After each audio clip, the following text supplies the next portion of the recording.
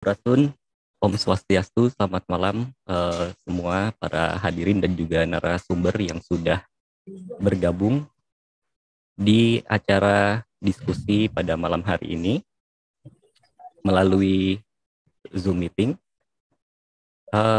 Perkenalkan sebelumnya, nama saya adalah Fernando Urmeneta dari Bumidega Sunda Academy yang akan mengawali para peserta sekalian dalam mengikuti pembicaraan di malam hari ini.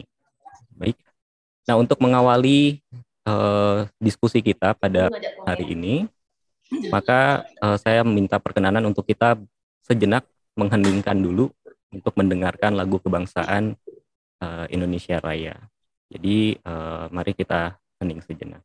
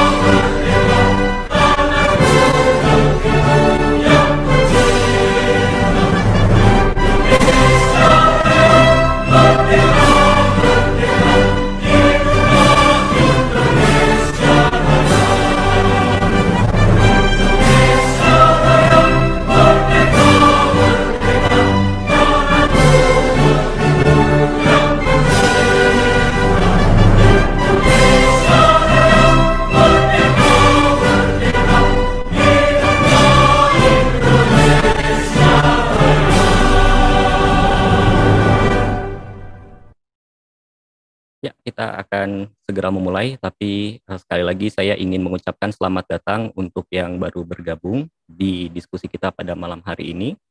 Di malam hari ini kita akan melakukan sebuah dialog budaya yang berjudul Daulat Tanah Bali, Menjaga Tanah Warisan Leluhur. Nah, tentunya kita akan mendengarkan pemaparan dari pribadi-pribadi atau dari orang-orang yang memang memiliki pengetahuan dan juga kompetensi di bidang kebudayaan pastinya, dan juga bagaimana kita bisa kembali menjadi sebuah bangsa yang betul-betul berdaulat. Nah, untuk itu saya akan memperkenalkan dulu para narasumber kita. Untuk narasumber yang pertama dan juga sudah hadir di tengah-tengah kita adalah Bapak Iwayan Westa. Beliau adalah seorang penulis, pemerhati adat dan budaya Bali. Nah, tulisan beliau itu sudah sangat banyak dan beliau juga memiliki latar belakang, ya, pernah menjadi seorang guru dan juga dosen, terus juga pernah menjadi pemimpin redaksi di majalah Sabda, dan juga banyak sekali ya majalah-majalah yang sudah pernah dipimpin oleh beliau. Nah, sehingga kita bisa mendapatkan sebuah perspektif atau bagaimana kita bisa melihat kondisi Bali pada saat ini.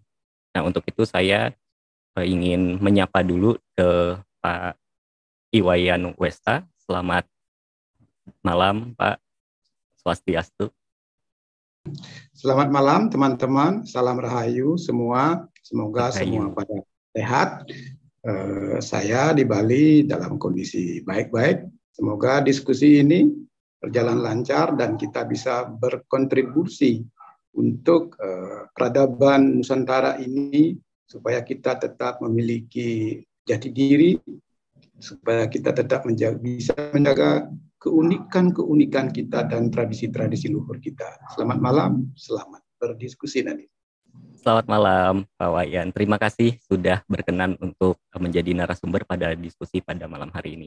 Dan untuk narasumber kedua atau pembicara kedua, kita sudah ada tokoh muda di sini, yaitu Bli Putu Marmarhera Yukti. Nah, ini juga menarik ya, karena Bli Marmar ini kalau saya tidak salah gitu ya, juga bergerak di bidang kelestarian alam ya, Bli ya. Mungkin boleh eh, bergabung dulu. Saya ingin menyapa-nyapa dulu nih supaya kita juga saling berkenalan. Selamat malam. Iya, baik. Selamat malam, salam Rahayu. Rahayu.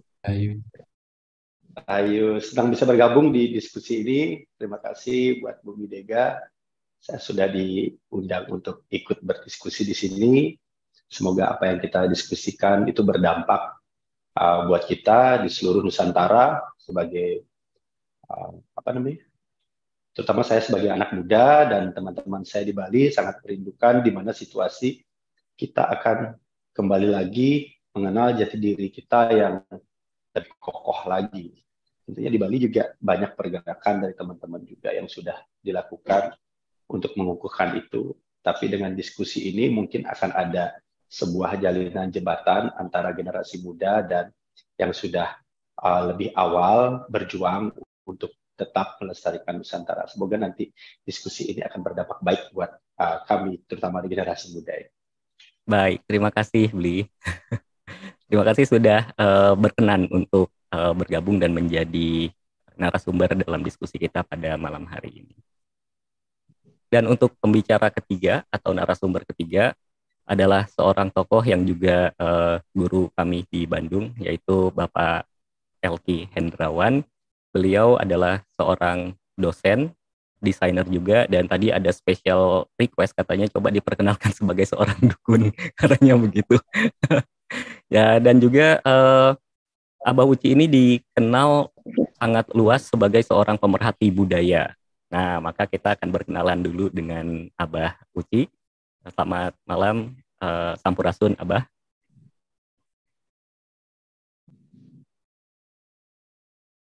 Selamat malam, Rampes Rahayu. Semoga kita semua selalu dalam keadaan damai, sejahtera, dan bahagia dalam berdiskusi ini.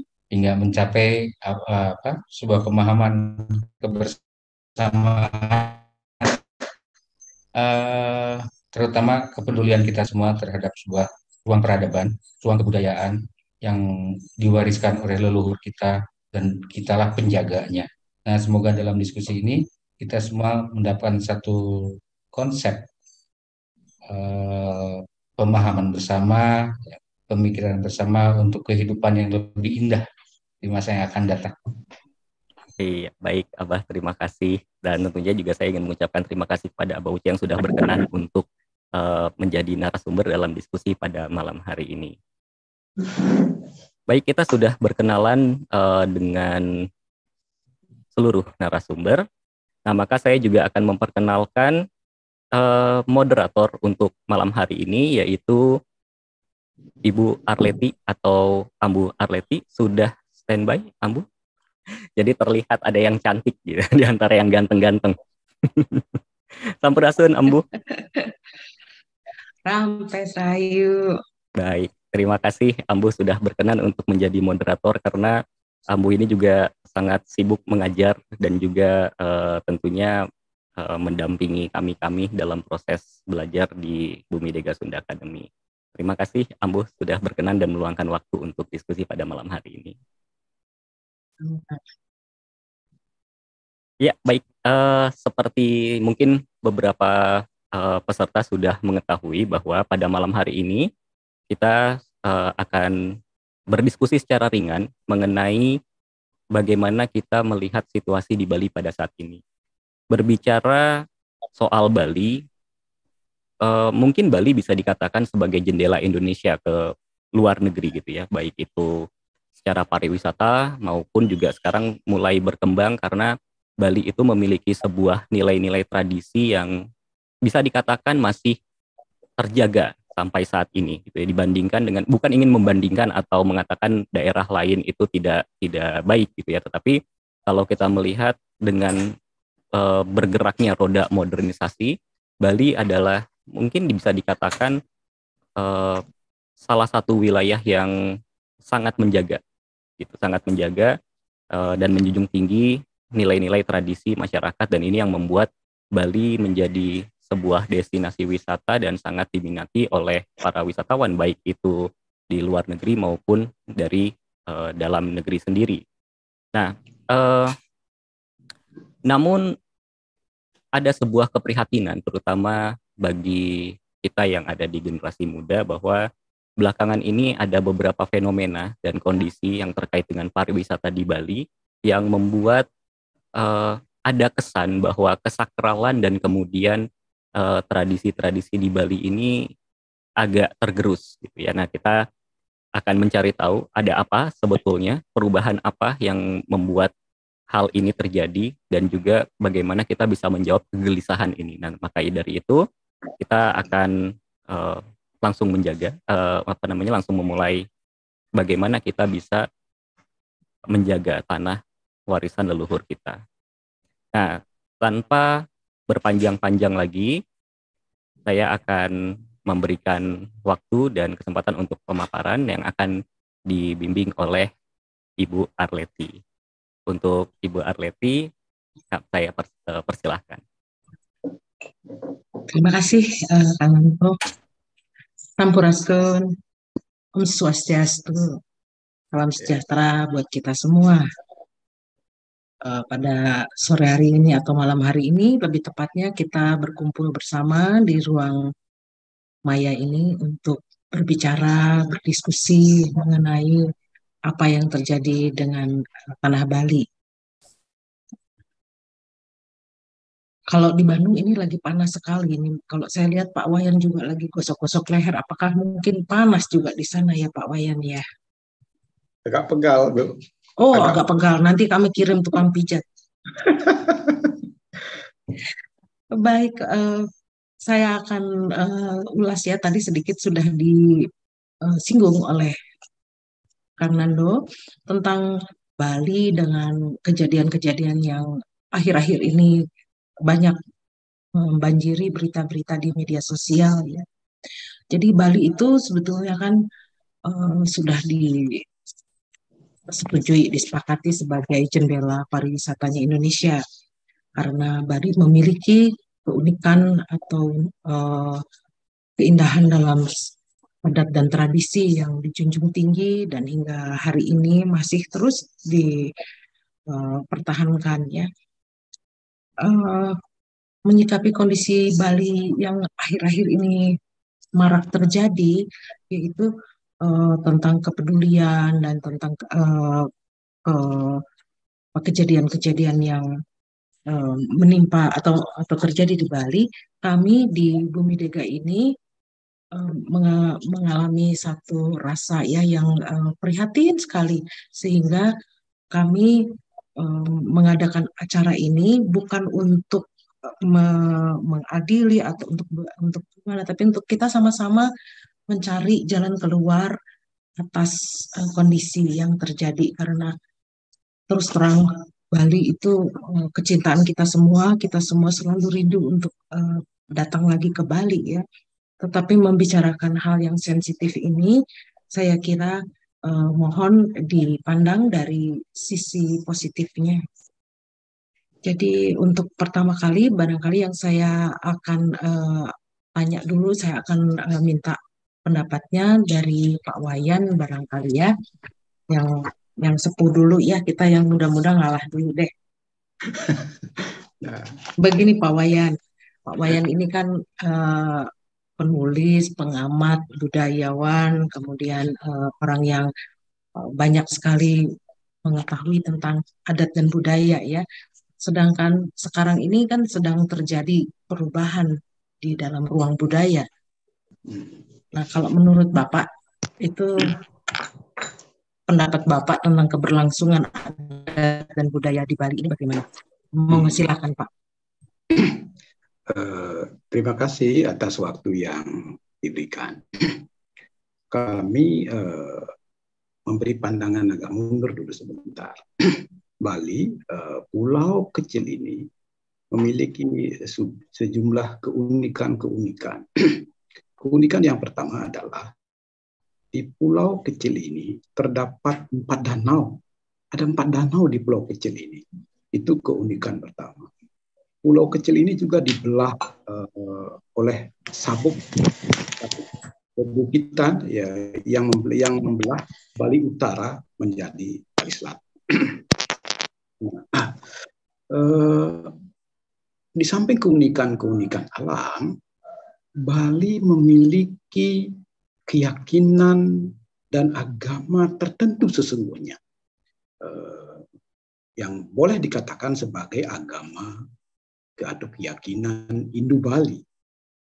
Nah, dia juga memiliki teks tertentu, memiliki sumber-sumber pengetahuan yang begitu melimpah, yang masih tersimpan dalam lontar-lontar dan hingga kini tetap dipelajari baik oleh orang-orang lokal, masyarakat Bali, maupun teman-teman akademisi dari luar negeri.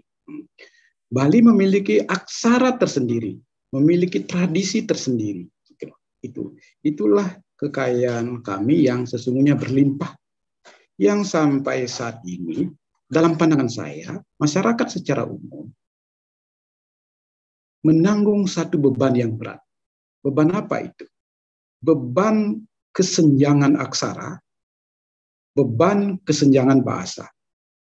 Tek-tek yang tersimpan di Bali, yang tersimpan di gereja-gereja, yang tersimpan di gedung kirtia, yang tersimpan di lembaga-lembaga resmi negara di Bali, teks-teks itu kebanyakan memakai aksara Bali. Kebanyakan memakai bahasa Kawi, yang sesungguhnya dulu adalah bahasa Jawa kuno yang hidup. Yang sampai saat ini orang-orang tertentu masih tetap bisa memahami teks-teks. Jadi generasi hari ini hampir 75% mengalami 2 kesenjangan. Kesenjangan aksara, kesenjangan bahasa. Karena mengalami 2 kesenjangan itu, ajaran-ajaran tradisi, nilai-nilai tradisi, teks-teks tradisi hampir tidak terserap dengan bagus. Jadi dengan mudahlah kita dengan apalagi dengan budaya dengan kebudayaan nirkabel sekarang, dengan kebudayaan nirkabel kita, pengetahuan kita jadi sama di seluruh dunia dengan adanya Google itu. Tapi ada teks-teks tradisi yang hari ini masih tetap dipelajari dan hanya dipahami oleh segelintir orang. Gitu. Hanya dipahami oleh orang-orang yang sungguh-sungguh belajar tentang itu. Ya, sungguh-sungguh belajar tentang itu. Itu 2 kesenjangan yang sesungguhnya berkaitan dengan proses kebudayaan, berkaitan dengan proses dinamika kebudayaan. Kalau kita tidak memiliki dasar-dasar fundament yang bagus tentang teks, tentang ajaran, tentang lokalitas, tentang kebudayaan, apa dasar kita berbicara tentang Bali? Sesungguhnya tidak ada. 2 kesenjangan itu sesungguhnya harus diselesaikan lewat pendidikan kah? Gitu. Nah, pendidikan tradisi yang menyimpan banyak pengetahuan itu berlimpah. Mungkin kalau kita bertanding dengan Eropa, lebih kaya kita Nusantara ini tentang teks-teks. Itu ada tentang teks tentang pengobatan, ada teks tentang arsitektur, ada teks tentang upacara, dan banyak lagi, luar biasa banyaknya, luar biasa melimpahnya. Itulah kekayaan kita yang sesungguhnya harus kita garap bersama-sama. Baik teks Sunda melimpah lagi, luar biasa melimpah juga. Saya beberapa teks Sunda sempat membacanya. Itulah problem kita hari ini, mengalami 2 kesenjangan teks, mengalami 2 kesenjangan bahasa, kesenjangan aksara. Itu hambatan kita. Itu yang seperti mental block harus dipecah. Kalau ajaran-ajaran ini tidak kita pahami, kita tidak punya dasar yang kuat untuk membahasakan kebudayaan Bali, untuk membahasakan etik Bali, untuk membicarakan kosmologi Bali, untuk membicarakan tradisi-tradisi yang masih hidup di Bali. Dasarnya itu. Nah, persoalan yang kedua hari ini adalah kita yang dalam konteks alam misalnya, kita memiliki 4 danau yang sesungguhnya dulu di zaman Bali Kuna menjadi inspirasi kenapa lahirnya peradaban Subak. Peradaban Subak adalah peradaban persawahan di mana air mengalami manajemen yang bagus lewat peradaban Subak itu ada sistem Subak. Bagaimana pembagian air itu lewat 4 danau itu, 4 danau mengalir lewat sungai-sungai bawah tanah, lalu sungai-sungai ini mengaliri sawah-sawah di seluruh Bali. Inilah yang nanti membentuk suatu sistem yang namanya Kalikunde, pembagian air dengan adil. Yang sistem ini disebut di Bali disebut sebagai sistem persubakan. Nanti Pak Mamar mungkin tahu, adik Mamar itu pasti tahu dia sistem subak ini. Ini hari ini tergerus. Hari ini tergerus. Sistem pertanian kita, pertanian yang memakai air terutama tergerus. Apa persoalan tergerus? Alih fungsi lahan, tanah-tanah hijau kita, tanah-tanah subur kita. Setiap tahun itu rasanya ada statistiknya itu, saya belum sempat membacanya. Beralih fungsi menjadi bangunan, menjadi villa, menjadi hotel-hotel, menjadi bangunan-bangunan pemerintah yang megah dan sebagainya. Dan pulau yang kecil ini makin rentan pada daya alamnya. Jadi ada kemungkinan terbesar bahwa kita begitu saja mengeksploitasi sumber daya alam, tetapi lupa membudidayakan daya budi kita. Daya budi kita tidak kita recharging dengan bagus, tapi sumber daya alamnya kita eksploitasi besar-besaran gitu. Ini juga problem. Nah, problem yang kedua adalah ketika pariwisata digelindingkan dengan begitu masif, dengan bahasa pariwisata kebudayaan, pariwisata budaya, Bali menjadi sejenis benteng yang terbuka. Bali menjadi sejenis benteng yang terbuka. Kenapa begitu? Arus orang, arus barang, arus modal, arus orang, termasuk pandemi, termasuk penyakit dan sebagainya.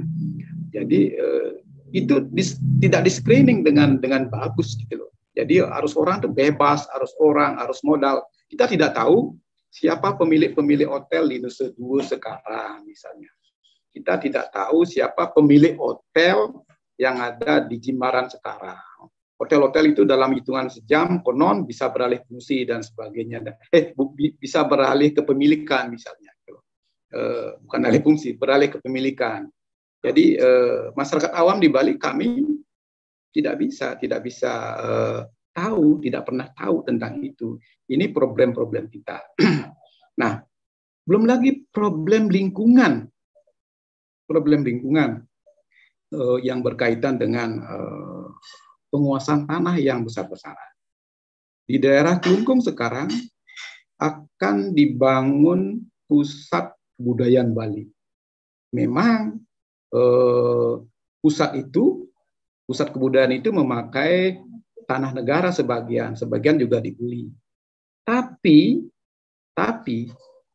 pusat kebudayaan itu mengeruk tanah-tanah bukit untuk dijadikan tanah huruf demi pengurugan pusat kebudayaan yang hampir sekian hektar itu. Jadi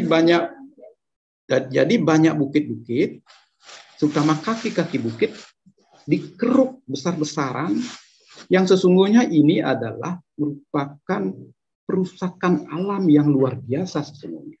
Bukit-bukit indah itu sekarang compang-camping. Ini tidak pernah ada yang mengontrol, tidak pernah ada yang mengkritik.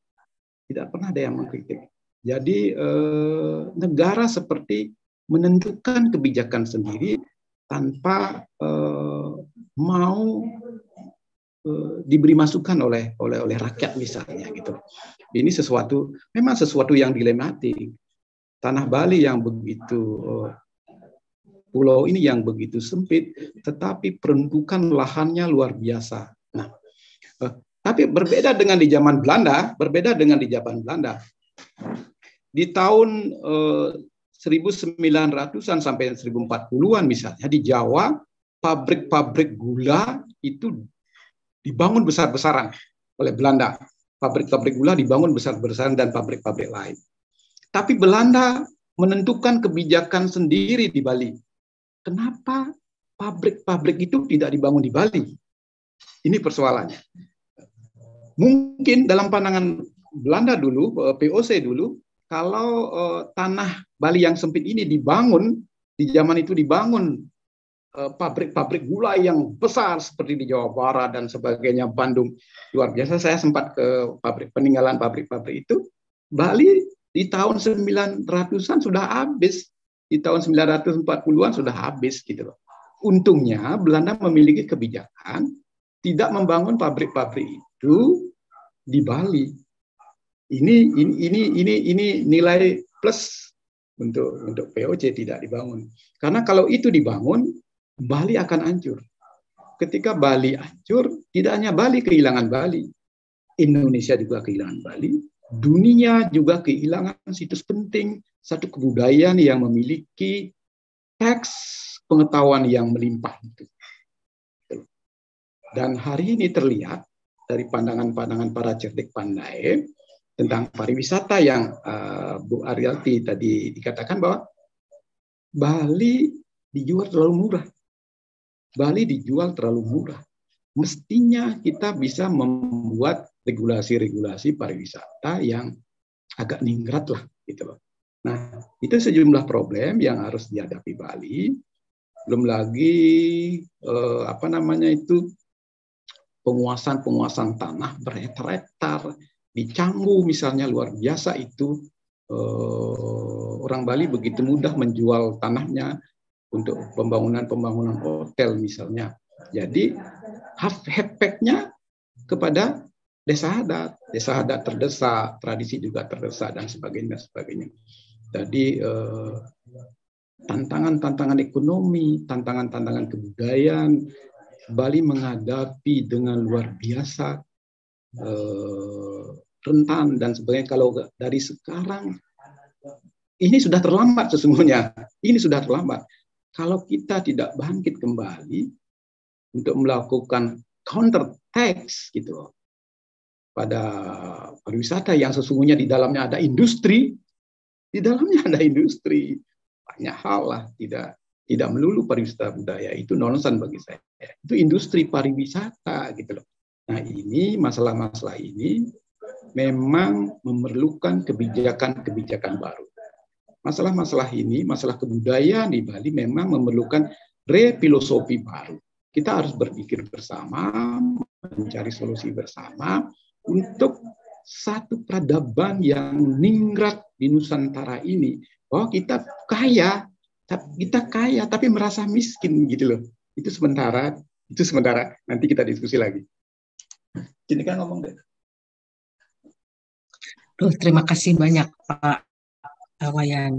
Tadi sesungguhnya saya sudah akan memberikan pertanyaan kedua, tetapi ternyata Pak Wayan sudah menyinggung tentang lahan ya, karena itu juga yang menjadi hal yang sangat nyata terlihat ya, konkret di Bali itu. Kebetulan beberapa waktu yang lalu kami sempat ke Kelungkung juga dan melihat secara langsung bagaimana bukit-bukit yang dikeruk tadi, itu truk-truk datang seperti rombongan semut ya, berbaris, itu isinya tanah-tanah yang dikeruk dari kaki bukit yang dijual murah sekali, entah berapa ribu satu truk itu. Jadi saya bisa memahami kegelisahan Bapak tadi. Nah, terima kasih Pak. Nanti kita akan diskusi karena memang kita inginnya di acara ini tujuannya adalah nanti kita harus menghasilkan sebuah solusi ya, menyumbangkan solusi tentang kondisi di Bali. Nah, untuk kesempatan ini saya akan pindah barangkali ke di Marmar terlebih dahulu. Kita ganti ke yang muda ya. Nah, selamat malam, Sumpurasun, Marmar. Selamat malam. Senang sekali walaupun kita di dunia maya, tapi kita bisa ketemu lagi ya. Nah, Ya, Bu. Sudah aman suara saya, Bu? Kedengeran kok. Oh iya. Ya, selamat malam, Bu. Selamat malam juga, Pak Wayan. Ya. Baru pertama kali kesempatan saya walaupun dunia maya. Saya terima kasih sekali. Kita ada di Bali tapi tidak pernah bertemu, Pak Wayan. Ya, semoga dari Bumi Dega ini kita dapat berdiskusi selanjutnya. Tadi menarik, Ambu, ketika Pak Wayan bicara kita ada sebuah kesenjangan. Pertama kesenjangan bahasa dan kesenjangan aksara. Ini menarik. Nah, kalau sekarang ya, kalau tadi kan Pak Wayan itu sudah menyampaikan kegelisahan beliau dari sudut pandang pemerhati dan memang pelaku budaya, peneliti budaya, penulis ya Pak Wayan itu. Ya. Nah sekarang kalau misalnya saya mengikuti cukup banyak kegiatan di Marmar ini yang juga masih tidak jauh dari budaya, bahkan sangat-sangat lekat dengan budaya. Terakhir yang karya yang paling fresh itu yang Ogoh-Ogoh kemarin ya. Jadi Marmar ini para pemirsa adalah pemuda yang selalu mengangkat kembali budaya-budaya lokal dan memang dengan Bali-nya sangat kuat. Kalau nggak salah, Marmar juga kalian adat termuda ya?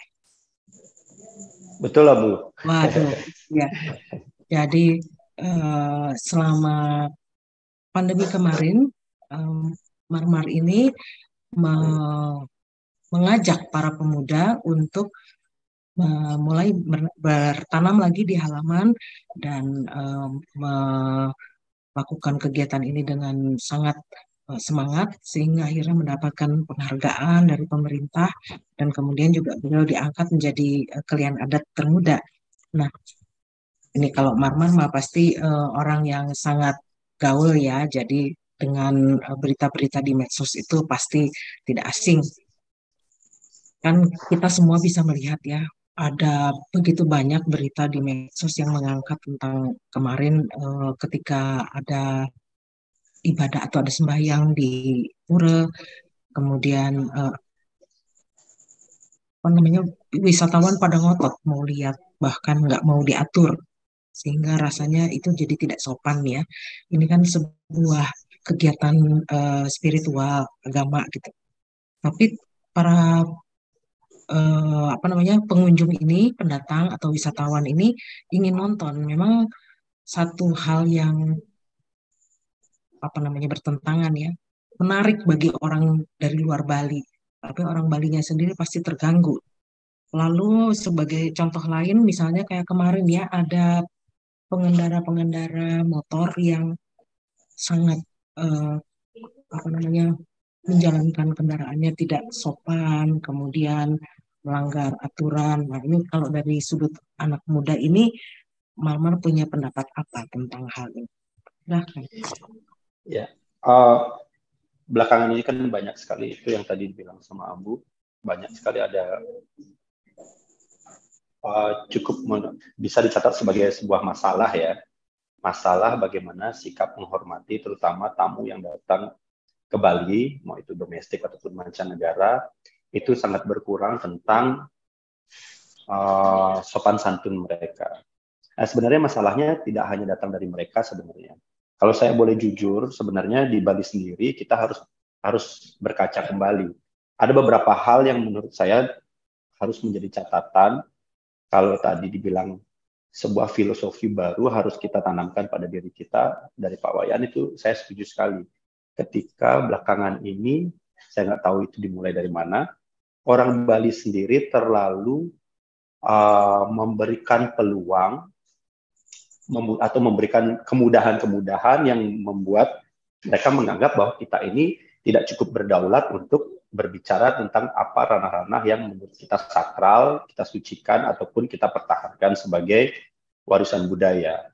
Jadi kita terlalu tenggelam dalam dunia pariwisata kembali lagi tadi, yang dimana wisatanya dijual murah.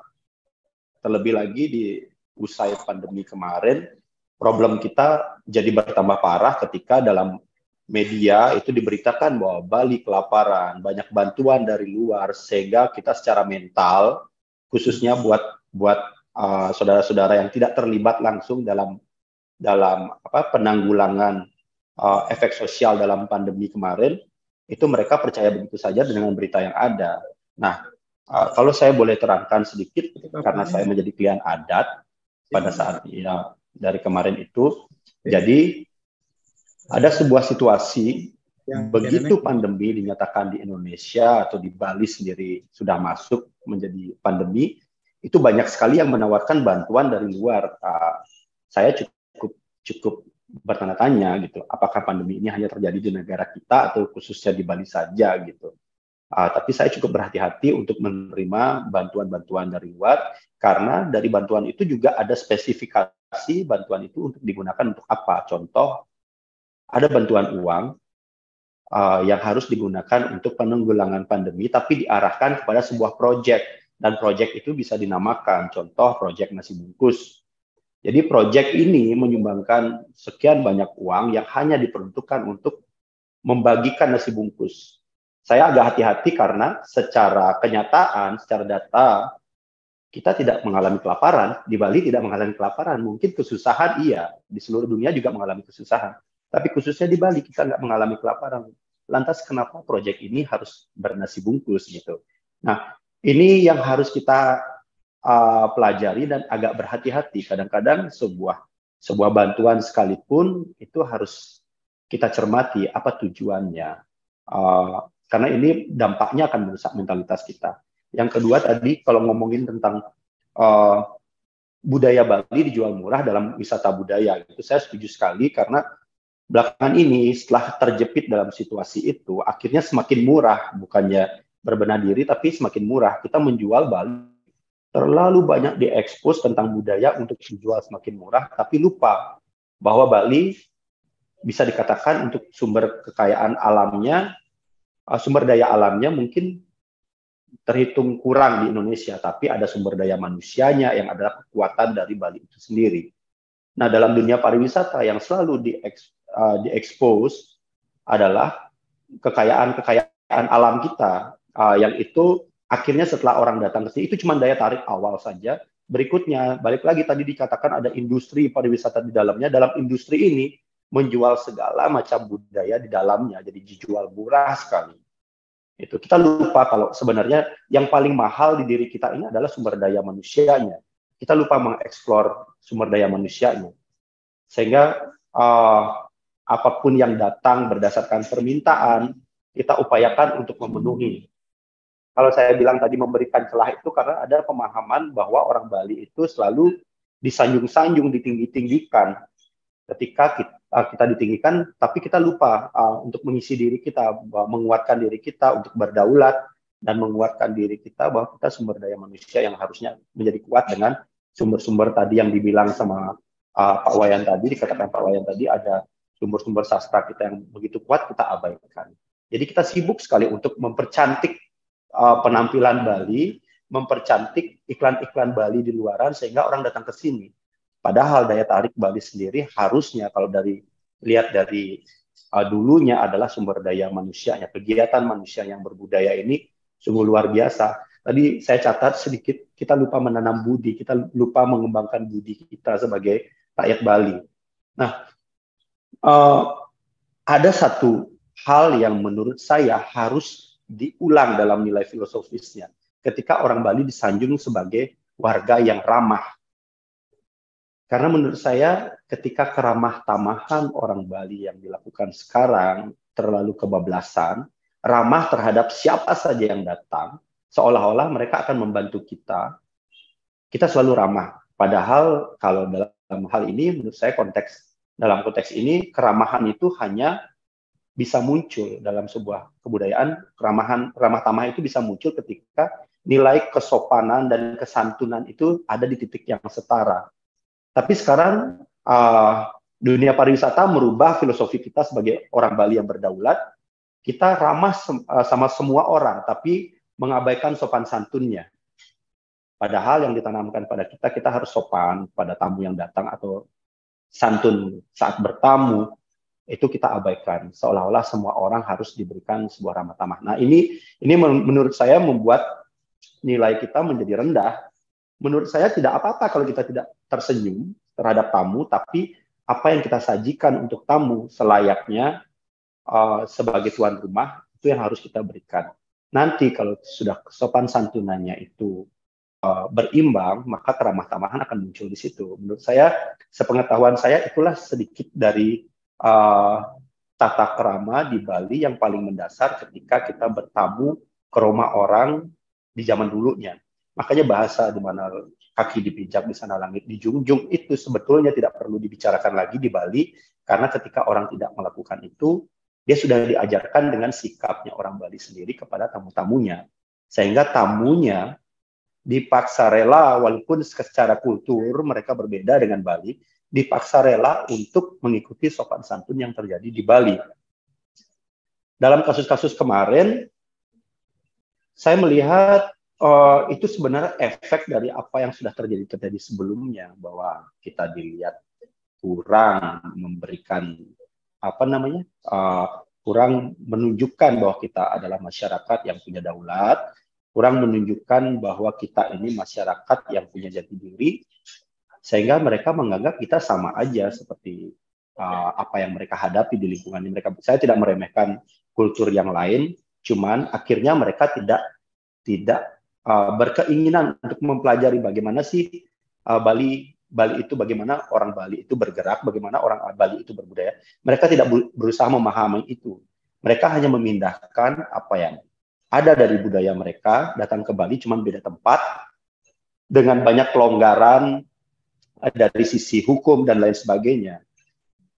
Itu kira-kira yang mendasari, dari kacamata saya, itu yang mendasari kenapa hal itu bisa terjadi. Saya lebih banyak sekarang ini mencari kenapa ya. Saya ingat banget waktu saya masih kecil, di lingkungan saya ini kan 0 km kota Denpasar, jadi banyak tempat-tempat pariwisata yang ada di Denpasar.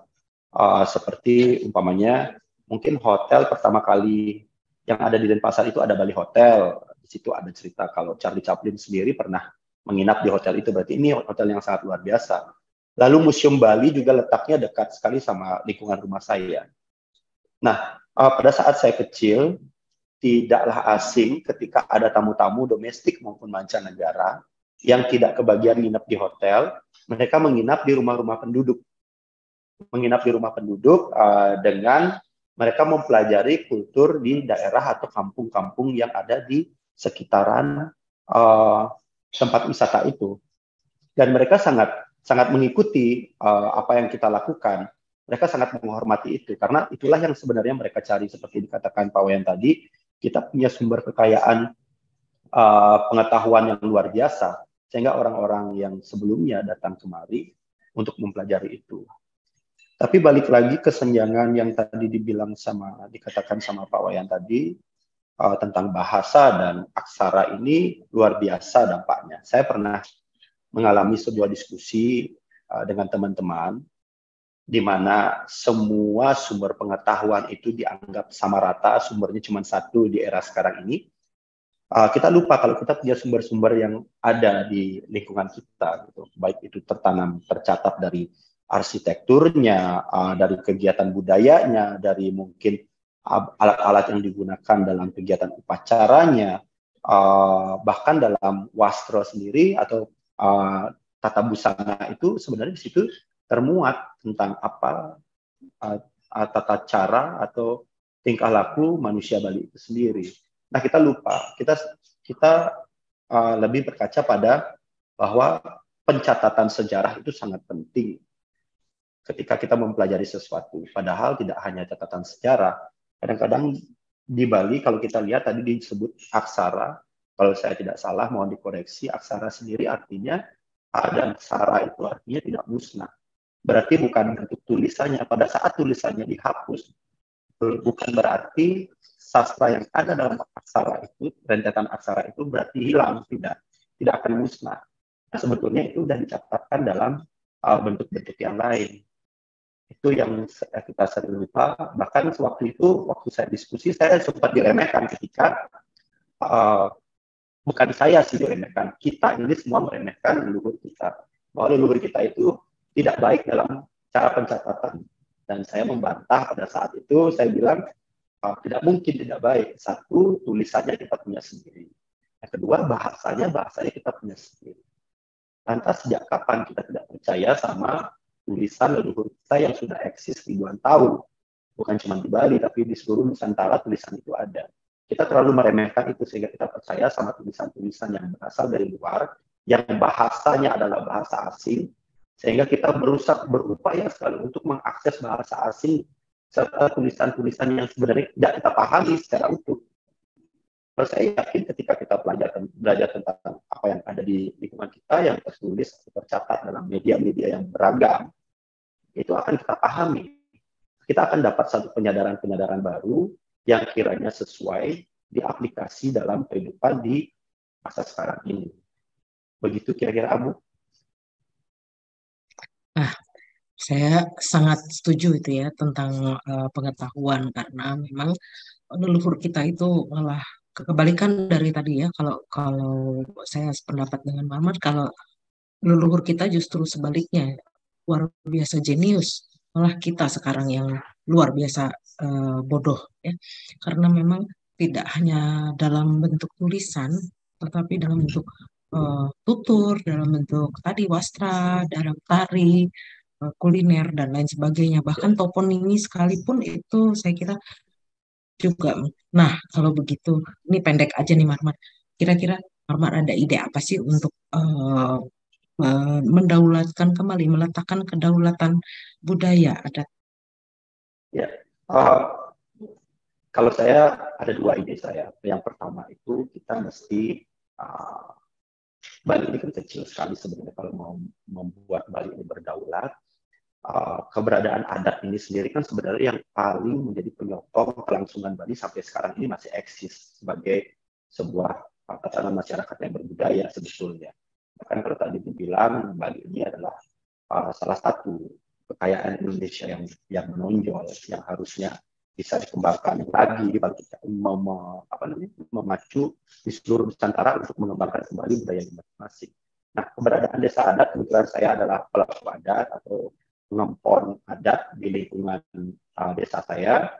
Jadi menurut saya harus ada kedaulatan yang memang diberikan oleh pemerintah pada pergerakan adat sendiri. Tidak hanya dari satu kepala saja di seluruh Bali. Sedangkan di Bali sendiri setiap daerah punya tata cara untuk beberapa hal yang harus dijaga dalam keadatan. Yang pertama itu tentang keamanannya pasti. Yang kedua tentang kebersihannya. Yang ketiga tentang ketentramannya. Yang keempat itu tentang kesuciannya. Nah, hal ini pastinya harus diketahui atau dipahami pola-polanya menyesuaikan dengan lingkungan kemasyarakatan yang ada di desa-desa masing-masing. Makanya kebijakan ini harusnya bisa dibangun di desa masing-masing. Tidak harus disamaratakan di setiap daerah. Berikut tata bahasanya sekalipun. Maka menurut saya harus ada penangguhan, mungkin kalau bukan secara hukum, apapun yang bisa diupayakan oleh pemerintah Bali khususnya untuk menguatkan kami di adat ini untuk mempunyai daulat, tidak hanya berjuang pada diri sendiri yang nantinya akan dihadapi secara hukum positif, kami dianggap salah. Nah, ini seringkali walaupun situasinya sesusah itu, kami tetap berjuang untuk menegakkan nilai-nilai keadatan di lingkungan desa kami masing-masing. Karena tak jarang ketika para tamu datang ke tempat kami, mereka selalu menanyakan tentang undang-undang adat itu apakah ada dasar hukum positifnya. Kami selalu jawab, selama ini memang ada, tapi masih berdasarkan perda. Kalau itu bisa menjadi undang-undang, saya dengar kalau saya tidak salah, belakangan ini mau jadikan undang-undang ataupun sudah disahkan, tapi bentuknya apa saja sebenarnya yang ada di dalamnya saya belum tahu secara pasti. Mudah-mudahan itu memang isinya adalah bertujuan untuk membuat Bali berdaulat kembali, terutama adat ini bisa menguatkan dirinya masing-masing sesuai dengan kebutuhan yang ada di lingkungannya. Itu yang pertama, yang mestinya harus disikapi secara cepat. Dukungan dari pemerintah sangat penting, artinya saling mendukung. Yang kedua, anak mudanya ini harus berkoneksi dengan orang tua. Artinya generasi ini menurut saya ada gap yang terjadi di generasi ini antara anak muda dan orang tuanya itu terjadi karena ada perbedaan pertama di tata bahasa. Kita mengalami kesulitan ketika cara berbicara kita sama orang tua itu agak sedikit berbeda sekarang karena bahasa yang diadopsi dari luar itu terlalu banyak. Sehingga apa yang menjadi ilmu dari orang tua yang inginnya diteruskan kepada kita itu sering tidak sampai. Nah, kalau ide saya yang kedua itu adalah kita sebagai anak muda, beberapa anak muda, terutama yang bergerak di bidang seni, tentunya bisa membahasakan apa yang ingin diberitahukan oleh orang tua kita, ataupun apa yang tertulis dari sumber-sumber sastra dalam bentuk-bentuk media kesenian. Nah, kemarin saya melihat sebenarnya kalau kita buka lagi lebih luas, sebenarnya ada banyak problem yang harus kita pecahkan bareng-bareng. Kemarin tentang pariwisata itu sudah terjadi, sudah begitu, dan sekarang orang konsentrasinya semua tentang pariwisata.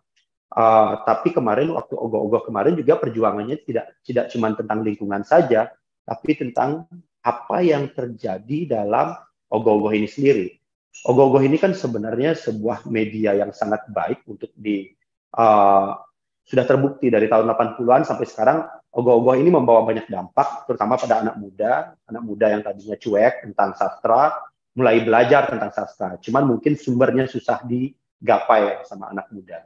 Nah, kenapa semakin susah digapai? Karena ada gap antara anak muda. Gap yang saya sebut ini bukan gap yang berarti bermusuhan, bukan. Tapi cara berkomunikasinya kurang nyambung, atau mungkin kita harus menemukan satu cara berkomunikasi yang menarik antara orang tua dan anak-anaknya, sehingga anak-anak ini bisa memunculkan nilai-nilai sastra, nilai-nilai filosofi budaya, ataupun gerakan-gerakan budaya dalam sisi salah satunya adalah ogoh-ogoh ini semakin kuat.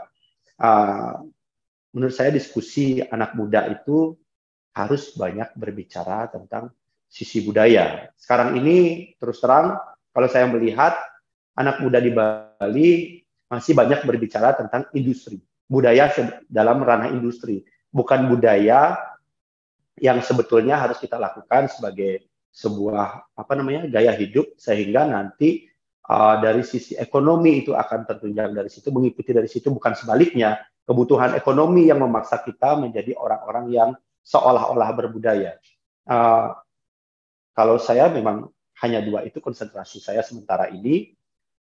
Yang pertama tentang keadatan, yang kedua saya harus menanamkan sama teman-teman saya, terutama apalagi saya sebagai ketua adat di Banjar dan sekaligus menjadi penasehat bagi pemuda. Saya tanamkan pada mereka bahwa adat itu adalah sebuah sekolah yang gratis, yang ada di Bali. Di tempat lain masih ada, tapi di Bali ini lebih banyak keberadaannya ada di setiap daerah.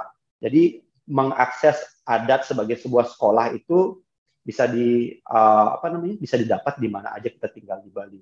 Jadi menurut saya dua hal ini harus kita pegang sebagai katakanlah senjata kita sementara ini. Tapi selama ini kita hanya berbicara tentang mempertahankan budaya atau selalu bertahan, seolah-olah kita ada dalam sebuah situasi ketika kita serang.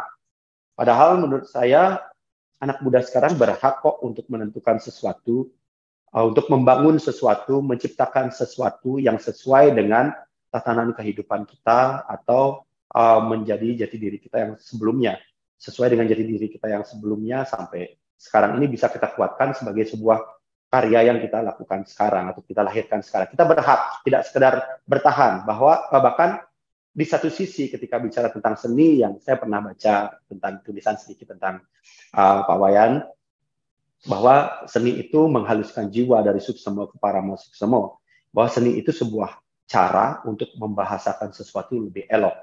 Jadi ketika kita membahasakan sesuatu lewat seni, keadatan kita dimunculkan di sana untuk menguatkan jati diri kita, saya rasa dampaknya akan lebih tajam daripada apa yang kita lihat sekarang ini. Dan kalau perlu, sebenarnya dalam sisi budaya ataupun dalam sisi kesenian, kita harusnya dalam posisi bukan bertahan, tapi justru kita yang harus menginvasi, gitu. Kita yang harus menyerang, kita yang harus memberitahukan mereka bahwa kebudayaan itu seperti ini. Inilah keberadaan kita sebagai manusia yang berbudaya, bahwa kekuatan kita ini perlu sekali-sekali ditunjukkan, bahwa keadaan budaya ini begini eksistensinya dan sangat kuat di dalam diri orang-orang, khususnya kalau saya berbicara di sini orang-orang Bali, itu kuat sekali dalam diri kami itu. Jadi tidak usah khawatir terlalu banyak, tapi tetap jangan anggap ini sebuah masalah, tapi jangan hanya terkungkum dalam situasi bertahan. Asik, jadi makin semangat ini dengar. Gitu dong, semangat sebagai pemuda. Nah, sekarang kita terima kasih ya Marmar ya. Kita dengar dikit lagi dari narasumber kita yang ketiga ya, Pak Luki Hendrawan. Ini tadi sudah disinggung. Beliau ini untuk acara ini ingin juga disapa sebagai selain desainer, dosen. Coba deh singgung-singgung bahwa ada dukun katanya di situ. Coba mungkin ada bocoran sedikit ini dari sisi ketiga faset dari Luki Hendrawan tentang dia sebagai desainer, beliau juga sebagai dosen dan sebagai dukun. Apa pendapat Pak Luki nih sebagai ini? Apakah ada bocoran dari dunia sana tentang kondisi Bali ya sebelum dan sesudah COVID, dan kemudian mungkin dari sudut desainernya bisa dibahas bagaimana ini seorang dukun desainer yang mencoba melihat Bali dan memberikan sedikit masukan buat Bali. Silakan Pak. Terima kasih. Sampurasun, Om Swastiastu semua. Sudah mendengarkan dari dua pembicara, itu jadi semakin terbuka justru apa yang selama ini kita, terutama yang di Bumi Dega dan di teman-teman yang peduli dengan Bali, sehingga diskusi ini dilakukan. Ada satu kekhawatiran seperti yang tadi sudah disampaikan baik oleh Pak Wayan maupun sama Bli Marmar, yaitu Bali harus tetap menjadi Bali. Bali adalah Bali dan itu merupakan Sinsain, satu dan hanya satu. Di dunia ini tidak ada Bali yang kedua, ketiga, itu nggak ada. Bali adalah Bali, jadi dia satu dan hanya satu. Itu keunggulannya. Kedua adalah kenapa orang mau datang ke Bali, emang mau ngapain? Nah, tentu karena di situ ada potensi. Potensi yang paling utama, saya melihatnya ada tiga hal. Satu, sebut saja potensi alam. Tapi alam di Indonesia juga banyak yang bagus. Gitu. Nah, yang jadi persoalan adalah dua potensi yang berikut. Jadi satu yang berbentuk artefak, satu yang berbentuk arketip. Nah, yang berbentuk arketip inilah yang paling sering menjadi ajang tontonan. Ketika ajang tontonan ini dianggap sebagai sesuatu yang bisa dikonsumsi sebagai wilayah wisata, ya tentu akan terganggu. Dan ini menjadi sesuatu yang tidak elok untuk dilihat sebetulnya. Karena ketika ritual dijalankan, itu bukan untuk ditonton. Tapi itulah salah satu daya jualnya mungkin. Tapi tidak tahu ini bagi masyarakat Bali apakah menjadi sudah biasa atau memang tidak apa-apa, memang boleh ditonton kok. Gitu. Tapi mungkin itu juga yang jadi daya jual untuk Bali. Yang kedua adalah Bali dengan ukuran yang kecil, tadi seperti yang Pak Wayan sampaikan. Dengan ukuran yang kecil ini Bali harus dipertahankan betul-betul. Karena bicara wilayah, Bali tidak mungkin jadi tambah besar. Jangan sampai seperti masyarakat di Jawa Barat, ya khususnya di Jakarta lah gitu ya, lama-lama tergeser, penduduk asli tergeser keluar dari wilayah Jakarta, digantikan oleh pendatang. Lalu kita bisa lihat bagaimana ketika jumlah pertumbuhan penduduk, kemudian pembangunan industri dan lain sebagainya. Walaupun Jepang pada waktu itu bukan wilayah wisata, tapi karena perkembangan penduduk dengan perkembangan industrinya, mengakibatkan masyarakat Jepang hidup dalam kotak-kotak yang sempit, terlalu kecil untuk ruang kehidupan mereka. Nah, akhirnya hilanglah kenyamanan di sana. Kemudian juga mungkin Bali kalau dari sisi sudut pandang politik industri, tidak ada yang tidak tertarik dengan Bali. Karena Bali itu bagian dari Indonesia, bahkan seringkali dianggap orang mempertanyakan Indonesia di sebelah mananya Bali. Ini yang paling aneh gitu. Dan pengalaman ini saya terima di beberapa negara. Jadi waktu saya bilang saya dari Indonesia, mereka bingung. Kalau saya bilang Bali, oh mereka ngerti. Lalu mereka tanya, Indonesia itu sebelah mananya Bali? Pusing saya jawabnya. Artinya, ternyata Bali jauh lebih berada pada panggung dunia. Di panggung dunia ini Bali punya tempat khusus. Ketika masyarakat datang ke Bali untuk melihat artefak, arketip, serta potensi alamnya, maka mereka berbondong-bondong untuk datang ke Bali. Nah, jika dua hal ini hilang, maka Bali tidak akan lagi menjadi objek wisata yang menarik lagi. Itu terkait bukan persoalan gaya hidup, tapi persoalan cara hidup dari masyarakat di Bali. Kalau masyarakat di Bali cara hidupnya masih mampu mempertahankan artefak dan arketip, saya kira Bali tidak perlu takut kehabisan wisatawan, bahkan akan terus berkembang. Hanya semakin banyak jumlah wisatawan, tampaknya hotel-hotel, villa-villa juga semakin banyak dibangun. Ini jadi konflik yang rada unik antara konflik budaya, ekonomi, kepentingan negara. Bahkan Bali dipuji sebagai penghasil devisa. Waduh, ini pahlawan tanpa jasa masyarakat Bali ini. Selain TKI tentunya ya. Ironis jadinya. Walaupun pada akhirnya juga tidak pernah dikatakan secara langsung bahwa Bali adalah penghasil devisa negara. Lebih banyak yang dipuji-puji itu adalah para tenaga kerja Indonesia yang pergi ke luar negeri lalu pulang bawa uang masuk ke Indonesia. Nah, terkait dengan tadi situasi dan kondisi masyarakat Bali pada saat sekarang, apalagi setelah pandemi kemarin, mudah-mudahan ini menjadi suatu pelajaran bahwa sudah waktunya masyarakat Bali tidak hanya bertumpu pada sektor wisata, tapi betul-betul mengembalikan lagi kepada jati dirinya. Maaf kalau kata-kata saya mungkin jadi tidak enak ya, agak kasar gitu. Jangan sampai takut kehilangan wisatawan. Tapi masyarakat Bali harus lebih takut kehilangan peradabannya. Lebih terhormat menjaga peradaban ketimbang menjaga kawasan wisata gitulah. Dan ada satu hal dari ruang kehidupan masyarakat di Bali yang hanya sebesar itu. Jika terus-terusan dia lakukan pembangunan di mana-mana, saya jamin sudah tidak nyaman. Lingkung kehidupan tidak nyaman. Dan kerusakan seperti yang tadi diceritakan oleh Pak Wayan, termasuk juga Blim Anwar, bukan tidak mungkin menjadi sebuah skenario kok itu. Artinya skenario politik dalam ruang industri. Atau ada juga skenario politiknya. Bagaimana caranya wajah Indonesia ini ambruk melalui cermin Bali. Tadi juga sudah disampaikan betul bahwa Bali itu merupakan benteng terbuka. Bukan benteng terbuka, saya akan menambahkan juga sebuah gerbang yang terbuka besar untuk siapapun yang mau datang ke Bali. Asal dengan istilah berwisata kayaknya mereka gampang-gampang saja masuk ke situ. Ambil contoh, ketika Thailand menutup untuk wisatawan dari Rusia, maka berpindah berbondong-bondong pindah ke Bali. Dan di Bali mereka dengan perilaku yang uniknya mulai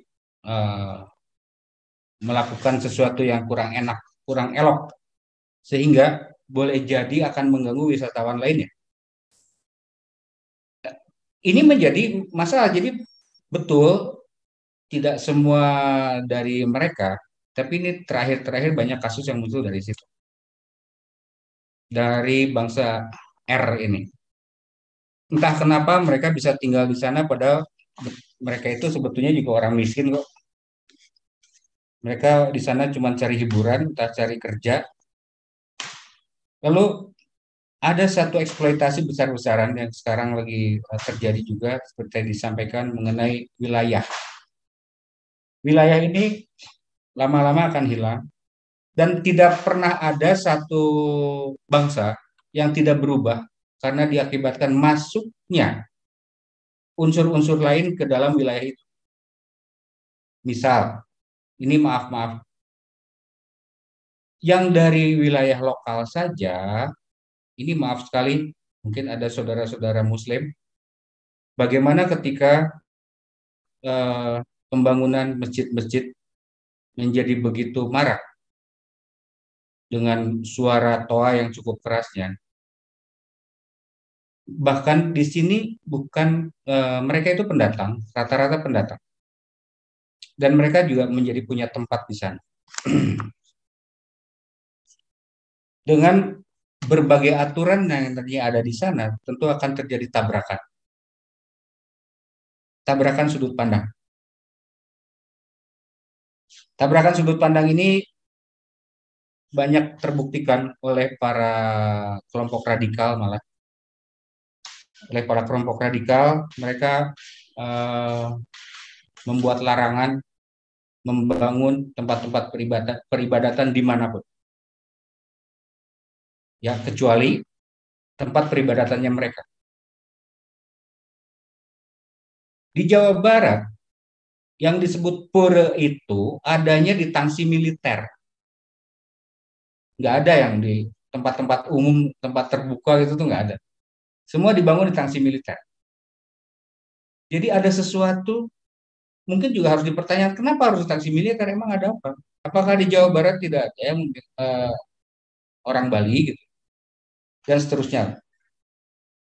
Nah, maka saya kira kehidupan masa sekarang itu akan sangat menentukan kehidupan di masa yang akan datang.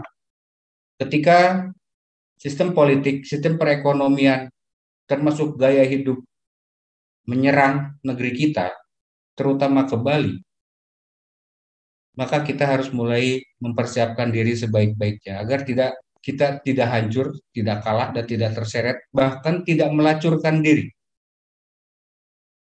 untuk tumbuh bersama kepentingan-kepentingan industri, kepentingan politik, yang pada akhirnya kita terpaksa harus mundur.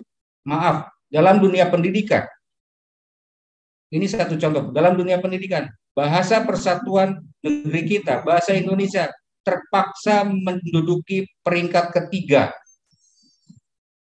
di negerinya sendiri. Penggunaan istilah-istilah asing itu bahkan duduk dalam posisi ke-1. Ini terkait dengan tadi yang Pak Wayan ceritakan, padahal kita bisa berdaulat dalam menggunakan potensi budaya yang kita miliki, warisan para leluhur kita. Bahkan dalam dunia pendidikan sendiri kita tidak berdaulat. Tidak ada kedaulatan dalam dunia pendidikan. Seperti sengaja dibentuk untuk menjadi calon-calon buruh. Jadi, untuk menjadi buruh saja, bahkan untuk menjadi pengangguran saja harus lewat bangku sekolahan. Ini kan sangat ironis. Nah, jangan sampai terjadi, kalau saya melihat tentang Bali ini, jangan sampai terjadi sesuatu yang seolah-olah tidak terprediksi. Di masa yang akan datang, ini isu sudah menggelombang, bagaimana dari beberapa kelompok negara sudah mulai bergabung dan mereka ingin menukar poros mata uang. Ini sangat menarik. Seandainya terjadi gonjangan yang sangat berat, bukan tidak mungkin situasi akan berubah. Umur perubahan pada sebuah negara itu tidak 1 tahun, 2 tahun, tidak. Itu bisa terjadi 5 tahun yang akan datang atau 10 tahun yang akan datang. Maka perlu dilakukan satu perubahan. Mungkin tidak lagi berbentuk evolusi, tapi harus membentuk sebuah revolusi agar kembali kepada jati diri bangsa, kembali mencintai tanah airnya, kembali mencintai apa yang sudah diwariskan oleh para leluhur. Maka saya kira ini akan menjadi pertahanan yang sangat luar biasa. Bali juga dikenal sebagai wisata spiritual. Jika situasinya di Bali juga berantakan, terus citra spiritualnya dari mana? Ambruk nanti. Jika hanya ruang-ruang ritual dijadikan tontonan, ini pun hanya apa ya? Sepertinya apa ya? Buat orang lain mungkin tidak ada menarik untuk difoto dan lain sebagainya. Tapi ketika mereka memotret atau mereka ada di sekitar situ, mereka harus mengikuti aturan yang ada di situ. Jadi tidak serta-merta dengan seenaknya mereka bisa masuk ke wilayah ritual. Mereka juga tidak semena-mena membuka ruang-ruang spiritual di satu tempat. Mereka itu banyak di sini ya, pengertiannya sangat banyak. Bukan hanya dari satu ruang keagamaan saja. Tapi beberapa agama sudah masuk ke sana. Dengan skala yang pulau yang kecil ini, dengan penduduk yang seharusnya dominan punya kekuatan sebagai bilanglah Hindu Bali, harusnya di situ siapapun yang datang harus mengikuti aturan yang ada di situ. Itulah istilah di mana bumi dipijak, di situ langit dijunjung. Dan mereka tidak boleh membawa maunya sendiri. Justru mereka yang harus tunduk pada aturan pada setiap wilayahnya. Nah, oleh karena itu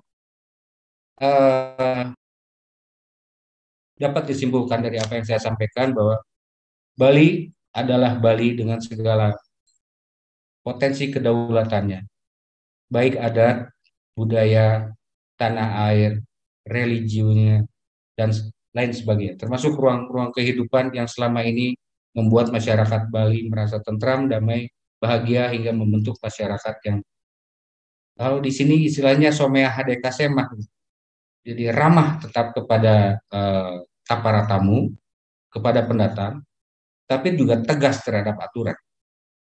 Karena di negara manapun, di wilayah manapun, aturan itu betul-betul ditegakkan. Hebatnya bangsa kita, kalau bangsa kita pergi ke luar negeri, kita belajar dulu tentang mereka, termasuk belajar bahasanya. Sedangkan orang yang datang dari luar negeri masuk ke sini, nggak ngerti bahasa Indonesia, nggak ngerti, hajar terus pakai bahasa Inggris. Paling tidak bahasa Inggris lah. Sebentar lagi mungkin bahasa Cina. Mungkin sebentar lagi juga bahasa Rusia yang nanti berlaku di Bali. Lama-lama ambrol semua. Jebol. Seperti yang dikatakan sama Pak Wayan tadi. Benteng ini terbuka. Banyak orang datang ke Bali bukan untuk melihat sesuatu yang uniknya saja, tapi betul-betul ingin melihat Bali yang sebenarnya. Jangan sampai Bali yang sejati ini hilang, tergerus oleh gaya hidup sehingga menghilangkan cara hidup. Begitu dari saya, Ambu, saya kembalikan. Terima kasih. Nah, tadi kita sudah dengar ya dari Pak Luki tentang kalau Bali itu kan tidak luas ya. Artinya tadi Pak Wayan maupun Marmat juga sudah menyampaikan bahwa ukuran Bali itu sedemikian. Apabila digerus, satu sudah digerus alamnya. Kedua, digerus juga budayanya. Nanti kalau terusir ya, kalau di Jawa Barat, Pak Wayan, kalau digeserkan orang Jakarta itu bisa merebut wilayah Bekasi, Depok, Bogor yang sekarang berkembang menjadi daerah pendukung Jakarta atau Jabodetabek. Nah kalau Bali mau geser kemana nanti Marmar tinggal di laut kalau gitu kecemplung ke laut Pak Wayan juga nggak bisa tinggal menginjak tanah lagi karena Bali tidak bisa melebarkan wilayahnya kemanapun. Ini makin hangat ya. Di sini ada beberapa pertanyaan yang sudah masuk di dalam ruang chat. Satu dari ada beberapa yang bahkan ini dari sebentar ya, dari Aldrin ya kalau tidak salah. Sorry, salah baca. Aldrin ini malah meminta tolong. Jadi sebetulnya dengan bahwa di Jawa Barat ada Kesiliwangian, betul. Kesiliwangian itu adalah ciri asih dan ciri asuh. Tapi saya kira dari Jawa Barat itu tidak berwenang secara langsung untuk ikut campur dalam apa yang terjadi di Bali. Tentunya Bali adalah milik Bali dan sudah sewajarnya masyarakat Bali juga yang bangkit ya. Nah, tapi di sini ada pertanyaan dari Pak Ricardo. Apakah ada aksi nyata dari pemerintah, misalnya menangani fenomena WNA yang kita dengar ya, di sini warga negara aneh, ini orang nanyanya. Mudah-mudahan ini bisa memicu pendapat atau jalan keluar untuk mencapai solusi yang bisa dilakukan untuk menyelamatkan Bali. Barangkali ini dari Pak Wayan barangkali ya, apakah ada aksi nyata dari pemerintah daerah untuk menghadapi perilaku pendatang mungkin WNA lah ya. Silakan Pak Wayan. Itu mungkin ini yang lainnya juga kalau misalnya mau komen nih ya para pembicara juga silakan langsung boleh membuka mic-nya untuk turut berdiskusi dan memberikan pendapat. Ya, Bu. Ya, silakan Pak. Terdengar, Bu? Didengar? Terdengar ya? Jelas. Silakan. Ya. Tentang perlakuan turis asing di Bali sudah sih sesungguhnya ditangani gitu. Tapi semoga hal itu tidak berulang kembali. Saya tidak bisa panjang lebar membahas itu gitu loh. Sesungguhnya di balik kesembrautan Bali, di balik luluh lantaknya Bali oleh sejumlah faktor, baik faktor kependudukan maupun pariwisata, ada hal-hal penting yang perlu dipelajari dari Bali sesungguhnya, yang sejak dulu menjadi panutan semua orang. Yang pertama adalah tentang pluralisme, tentang kebinekaan. Semua pulau, semua wilayah di Indonesia sesungguhnya bisa belajar kebinekaan, bisa belajar pluralisme dari Bali. Kenapa begitu? Gitu. Semua penduduk, baik yang memeluk keyakinan lain, entah Muslim, entah Cina, entah Tionghoa, entah Kristen, itu dalam semangat tradisi sesungguhnya diakui sebagai saudara. Maka ada istilah nyame Islam, nyame Cina dan sebagainya, saudara Islam, saudara Cina dan sebagainya. Itu mereka dirangkul. Tidak ada sejarah rasisme, tidak ada sejarah rasisme dalam kebudayaan. Rasis seperti belakangan ini. Semua dirawat dengan baik, semua diakui sebagai saudara, dan semua tahu etik bagaimana hidup di Bali gitu loh. Beda dengan sekarang. Itu pelajaran yang terpenting adalah pelajaran tentang pluralisme itu sendiri, tentang kebinekaan.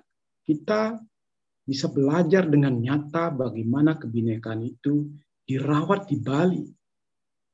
Dan belakangan ini memang sedikit rapuh gitu loh. Dan yang kedua, kita harus memperbaiki pengertian atau makna nasionalisme itu sendiri.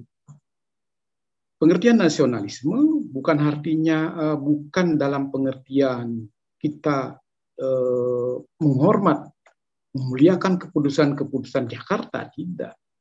Nasionalisme adalah siapapun penduduk ini, siapapun rakyat ini bisa merawat kebudayaannya sendiri, diizinkan merawat kebudayaannya sendiri, diizinkan mengembangkan kebudayaannya sendiri, merawat bahasanya, merawat sastranya, merawat tradisinya, merawat adatnya dan sebagainya. Itulah bentuk nasionalisme yang real. Jadi ia merawat keadaan-keadaan lingkungan setempat yang paling tepat, gitu loh. Jadi jika semua orang di Nusantara ini merawat nasionalisme dengan baik, merawat tradisinya, dan merawat semua yang menyokong hidup peradaban mereka, itu mereka sudah, artinya mereka sudah menjalankan nasionalisme dengan baik. Sudah menjalankan nasionalisme dengan baik. Itulah yang terpenting dari kita sekarang. Nasionalisme bukan hadir dalam upacara-upacara bendera, tapi nasionalisme adalah merawat seluruh potensi hidup semua daerah, apapun kekayaan yang dimiliki harus dirawat, karena itu adalah potensi Nusantara yang perlu kita rawat bersama. Nah, sesungguhnya kesangsian itu bisa, misalnya dari Pak pembicara terakhir, saya lupa nama beliau, maaf Pak, Bali bisa hilang, Bali bisa ambruk, sesungguhnya Bali bisa ambruk. Secara fisik, Bali bisa hilang, bisa ambruk, bisa rusak, dan sebagainya. Tetapi yang terpenting, jika secara genetik, gen-gen Bali, ya, yang merangkum seluruh teksnya, yang merangkum seluruh ajarannya, membadan di orang Bali, membadan di masyarakat Bali, orang Bali bisa membangun Bali dimanapun, entah di Afrika, entah di Irian, entah di Lampung. Nah, ini terbukti dengan transmigran orang-orang Bali, entah di Lampung, di Maluku, dan sebagainya. Itu dia membangun kebudayaan Bali tersendiri, dan persis sama seperti kebudayaan leluhurnya. Artinya apa? Secara genetik, kultur kebudayaan itu memang harus dibadankan. Walaupun secara fisik dia rusak, Bali secara genetik, secara genealogi, bisa kita bangun di tempat lain misalnya. Inilah yang sesungguhnya yang saya maksud dengan pembangunan budidaya Bali. Artinya, Mama Arjunya tadi yang menyebutkan, Bang, ini dia.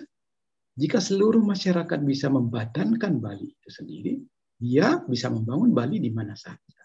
Jadi Bali itu sudah merupakan spirit, gitu. Orang Bali bisa menjadi Bali di mana saja, sama seperti orang Cina bisa menjadi Cina di mana saja. Itu persoalan yang sesungguhnya, bahwa Bali ini perlu menubuh, perlu diraga, ini perlu dibangun, gitu loh. Inilah yang saya maksud bahwa kita memerlukan revitalisasi kebudayaan yang baik. Itu saja sementara. Baik, terima kasih Pak Wayan. Tadi Pak Luki lebih galak ya, menawarkan harus revolusi katanya. Bagaimana ini Marmar kalau menanggapi saran dari Pak Luki, katanya harus revolusi? Apakah Bali yang sangat halus, yang sangat beradab, akan mengambil jalan revolusi supaya segera ada perubahan atau bagaimana?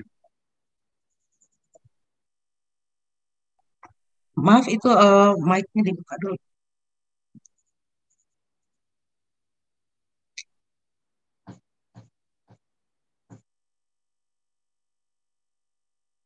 Jadi ini deh mic-nya ketutup. Neng, minta tolong ini. Udah. Sudah, Bu? Ya. Ya.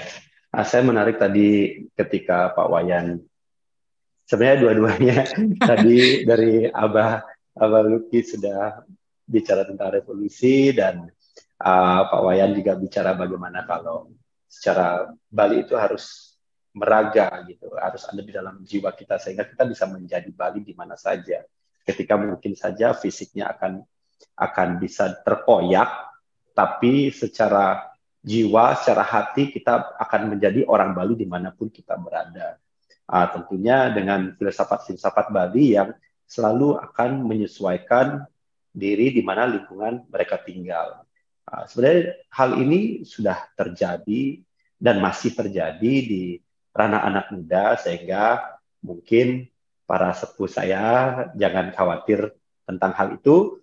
Sebenarnya spirit kami ini sebagai orang Bali ataupun sebagai sikap kami dalam nasionalisme yang tadi juga disinggung oleh Pak Wayan, bahwa menjadi orang yang bersikap nasionalis tidak harus hanya dalam upacara bendera saja, tapi sejatinya menjadi kita sebagai jati diri kita yang sesungguhnya itu sudah mencerminkan sifat nasionalisme. Saya tadi setuju dengan bagaimana pergerakan kita yang terjadi di Bali ini tidak harus sangar sekali, tapi setidaknya orang harus tahu kalau kita ini teguh dalam pendirian kita bahwa tidak ada yang bisa menggantikan kami sebagai bangsa Nusantara ini atau bangsa Indonesia, khususnya orang Bali, nggak bisa digeser semudah itu ketika kami sudah berkumpul dan berbicara tentang siapa kami sebenarnya, terutama dalam segi berbahasanya. Tadi Pak Wayan sudah memberikan sebuah ide kesenjangan ini akan saya bicarakan terus-menerus sama teman-teman saya, bahwa kesenjangan ini jangan sampai menjadi sebuah gap yang semakin besar gitu, bahwa kesenjangan tentang sastra dan tentang bahasa dan aksara ini adalah problem kita yang harus kita selesaikan segera, sehingga koneksitas kita antara satu sama yang lain bisa terbangun dengan baik. Kalau saya tadi sedikit sebenarnya ada di tengah-tengah antara apa kita dibilang sama yang Pak Wayan bilang. Saya tadi menyebutkan kita nggak harus terus-terusan bertahan. Kadang-kadang kita harus menginvasi dalam bentuk budaya kita. Artinya begini, kalau saya berkaca dalam apa yang dilakukan orang lain tentang bagaimana mereka menginvasi kita dengan budaya-budaya mereka, sebetulnya udah banyak yang terjadi. Tidak hanya dengan kericuhan yang mereka buat, tapi dengan dalam sisi-sisi seni yang elok untuk kita terima itu juga banyak sebetulnya. Saya ingat sekali, saya masih kecil nonton sebuah film kartun, judulnya Senseiya, itu bercerita tentang seorang ksatria yang bentuknya itu menceritakan tentang bagaimana tatanan di Athena situ, dengan dewa-dewa Yunaninya, tapi itu film dibuat oleh orang Jepang, di mana dewa terkuat dari kesatria mereka adalah Shiryu atau naga air. Nah, itu menguatkan jati diri orang Jepang yang masuk ke ranah-ranahnya dewa-dewa Yunani. Ada lagi film yang lagi ngetren sekali, itu Naruto. Sehingga kebudayaan Jepang itu dikenal oleh masyarakat seluruh dunia menjadi tren sekali. Semua membicarakan itu. Padahal itu terjadi di Jepang. Nah, seolah-olah kita bagian dari situ. Ini adalah sebenarnya kalau kita sadari betul-betul ini bentuk invasi mereka tentang kebudayaan. Nah, kita pun, maksud saya menginvasi bukan berarti mereka harus kita pengaruhi, tidak. Tapi paling tidak jangan bertahan di rumah kita, tapi kita bangun benteng pertahanan kita lebih luas lagi ke tempat-tempat mereka dengan cara-cara yang tidak hanya bertempur secara fisik, tapi secara ideologi ataupun secara pemikiran. Kita harus muncul di ranah-ranah yang halus sekalipun. Ranah-ranah yang sangat halus itu ya ranah kesenian ini, bahwa prinsip-prinsip bernegara kita, prinsip-prinsip berbudaya kita bisa masukin ke segi-segi yang paling kecil yang bisa dinikmati oleh seluruh kalangan.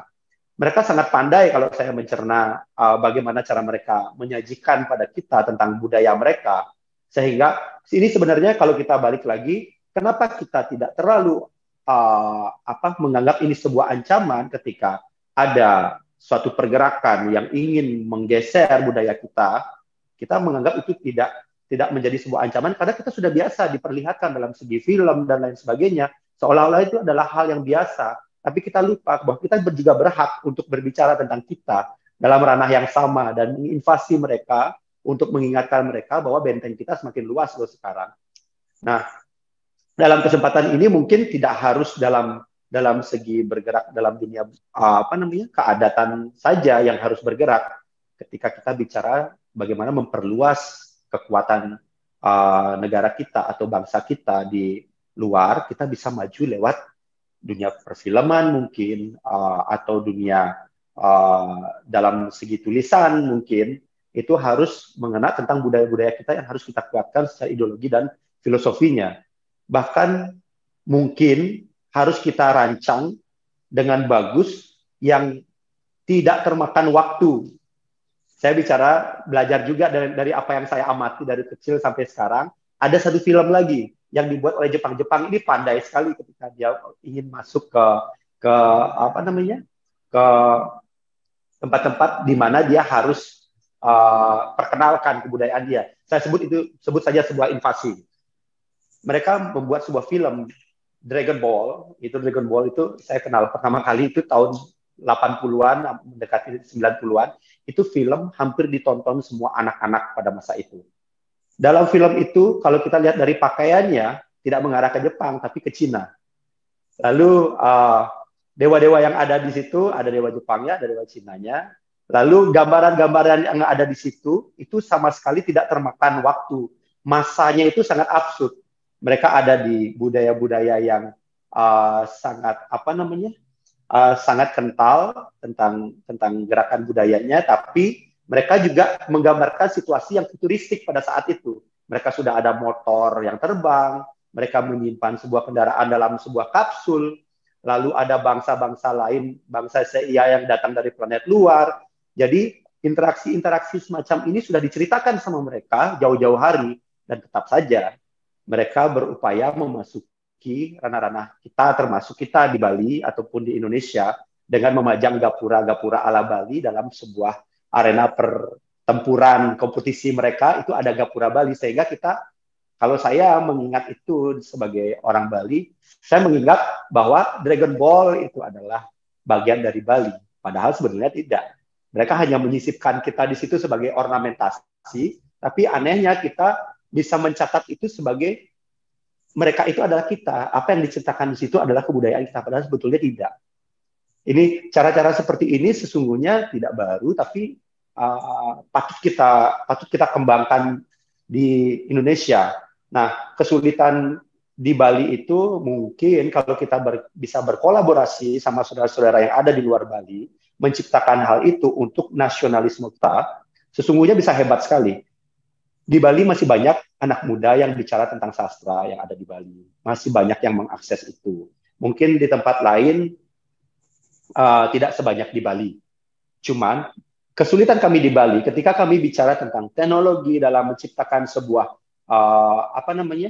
seni yang berbasis teknologi, umpama di dunia perfilman atau animasi dan lain sebagainya, itu kami harus banyak ada campur tangan saudara-saudara yang ada di kota-kota lain ataupun daerah-daerah lain yang lebih berkembang daripada kami secara teknik dan lain sebagainya. Nah, kalau kita bisa berkolaborasi dengan penulisan naskah yang bagus, ide ceritanya sudah bagus, plotnya bagaimana, lalu kekuatan yang ada di dalamnya itu adalah sebuah simbol-simbol yang dimunculkan. Nggak apa-apa kok mengambil gambaran-gambaran tentang produk-produk luar itu, tapi bukan untuk kita konsumsi, tapi kita jadikan ornamentasi. Originalitasnya masih kita, anggap saja kita bisa saja menjadi orang Bali kadang-kadang berpakaian memakai jas, tapi mereka harus tahu kenapa kita pakai jas, supaya apa yang ingin kita sampaikan pada mereka diterima, karena mereka melihat kita adalah bagian dari mereka. Padahal sesungguhnya tidak, kita ingin menceritakan sesuatu tentang diri kita. Kalau kita berpakaian berbeda dengan mereka, tentunya mereka kemungkinan besar akan menganggap kita sebuah ancaman.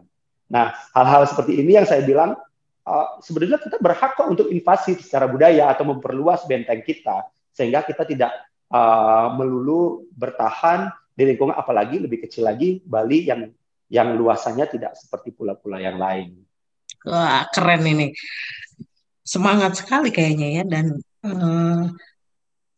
kalau dari anak muda ya pasti harus ada semangatnya dong.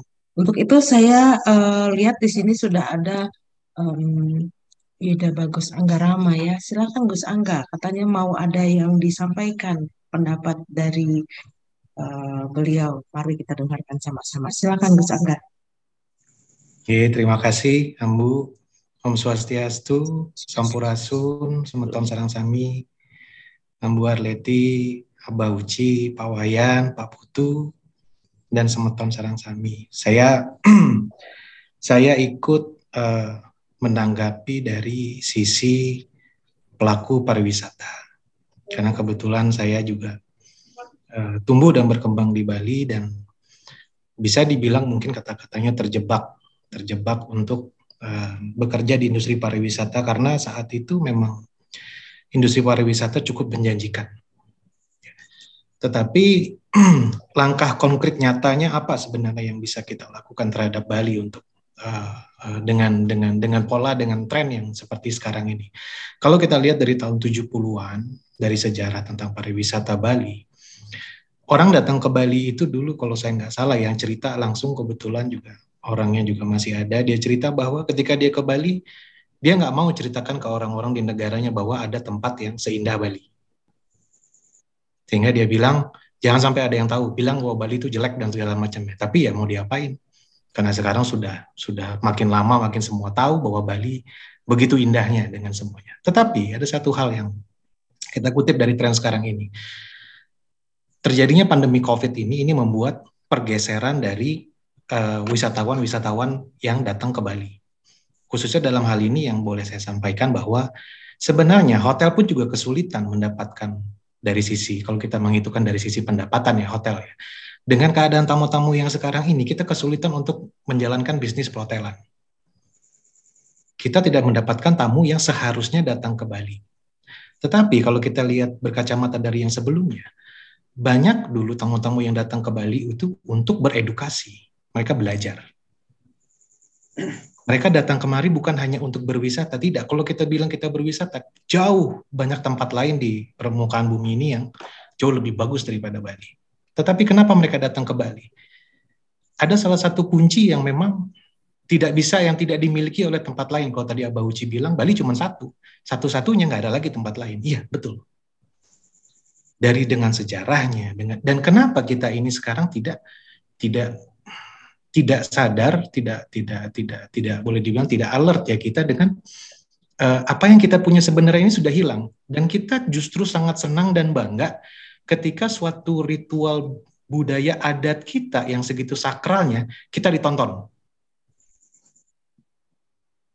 Dan itu bukan untuk tontonan sebenarnya. Itu satu menurut saya. Jadi ada sisi edukasi yang hilang, itu tanggapan saya yang pertama. Yang kedua, kalau kita mensortir tamu-tamu yang akan datang ke Bali, sebenarnya bisa.